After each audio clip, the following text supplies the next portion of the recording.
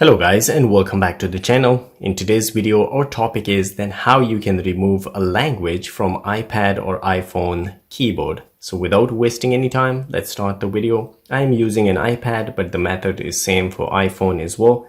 So the first thing you need to do is to open the settings on your iPhone or iPad. Then you need to scroll down where you will find general. So once you find general, the next thing is keyboard. So once you tap on keyboards, here you need to tap on keyboard again, and here is the list of the languages which is added to your keyboard on your device. So if you want to remove any language from this list, all you need to do is to hold on to the screen on the language and then just swipe to the left of the screen and you will find the delete option. You need to just tap on delete and that language will be removed.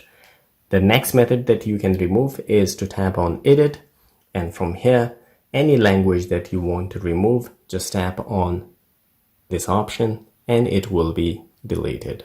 Just like that, the language will be deleted from the keyboard of your device. That can be an iPad or iPhone as well. So once you're done, just tap on done and the languages will be removed from your keyboard. So guys, if you like the video, please subscribe to my channel. We need your support. I will see you again in the next video. Till then, take care.